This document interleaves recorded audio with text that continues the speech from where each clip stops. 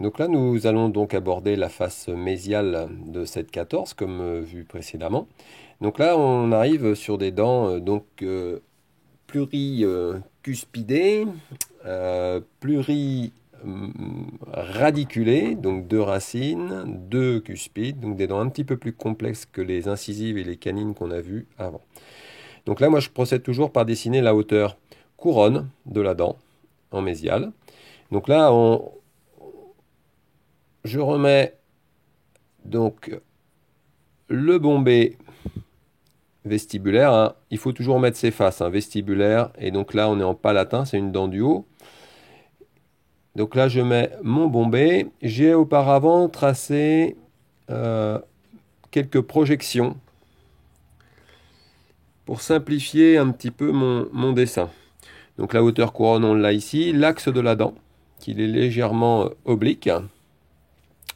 Donc là, je dessine ma dent d'une façon un petit peu... Alors, il faut savoir que comme la dent est un petit peu oblique, il y a un tracé que je n'ai pas fait ici, mais qui est nécessaire à faire si vous voulez le faire correctement. Voilà, ce petit tracé-là, à peu près comme ça, qui va vous donner la hauteur du collet de la dent. C'est assez important puisque c'est une dent qui est légèrement en bascule. Vous voyez, je fais mon petit collet de la dent. Là, c'est pareil, la pointe cuspide, la cuspide palatine, je l'ai un peu matérialisée pour qu'il y ait un équilibre. La cuspide, donc palatine, elle revient un peu comme ça. Vous voyez, tac. Je rebouge un petit peu mon dessin. Et puis, ma cuspide vestibulaire. Voilà. Toujours en courbe et harmonie. D'accord?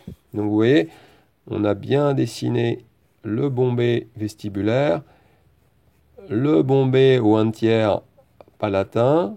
Voilà. Donc là, on a dessiné la structure de la couronne. Donc après, il va falloir passer aux racines. Donc on a dit pluriradiculé. En l'occurrence, cette prémolaire a deux racines. Donc là, il va falloir distinguer. Donc la première racine qui est à peu près... Alors pareil, des repères ont été pris hein, en fonction du dessin du schéma de la planche anatomique classique. Après, il faut se répertorier comme on ne va pas, en tant que prothésiste, sculpter beaucoup de racines dans notre carrière. Il faut trouver un équilibre harmonieux pour dessiner les racines au mieux, sachant que c'est vraiment pour nous donner une culture générale, hein, savoir de quoi on parle. Le praticien, lui, aura à savoir correctement ses racines, puisque lui, il aura à les traiter. Nous, jamais, jamais, nous sculpterons de racines dans notre carrière.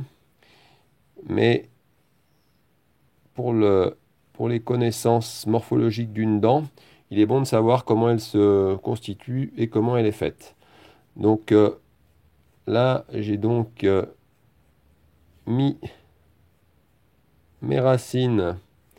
J'ai positionné, voilà, mes deux racines. Donc ma racine vestibulaire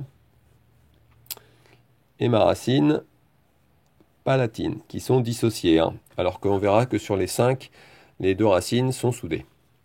Voilà, ça c'est globalement la vue mésiale d'une 14. Et puis après, on peut peaufiner au niveau de la face que l'on voit un petit peu là sur un plan sagittal, la face donc occlusale, avec ici les lignes, les crêtes marginales. Donc tout ça, c'est pareil, hein. Moi j'essaye de mettre le plus d'harmonie possible. Dans une dent, il n'y a pas de ligne droite.